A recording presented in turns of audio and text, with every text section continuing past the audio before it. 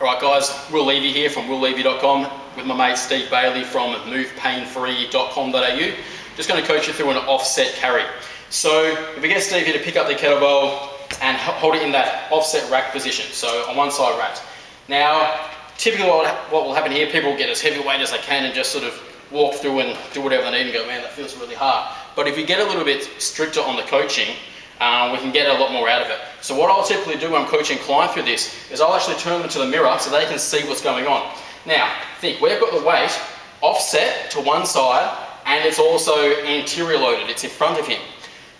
Therefore, the mass is displaced from his center of gravity. His center of gravity now naturally wants to get underneath that extra mass. So if the kettlebell is out to the right and in front, he's going to tend to want to move his hips out to the right and in front.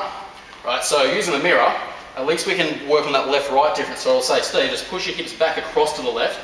Right, and now, if he crunches in towards it and gets out of that lumbar extension that's happening, where he wants to crank back to support it there on passive structures. So he uses that anterior core, loads in, he can see where his hips are, and we say, right, know how that feels, turn, and go for a walk. Right, so a slow, controlled walk.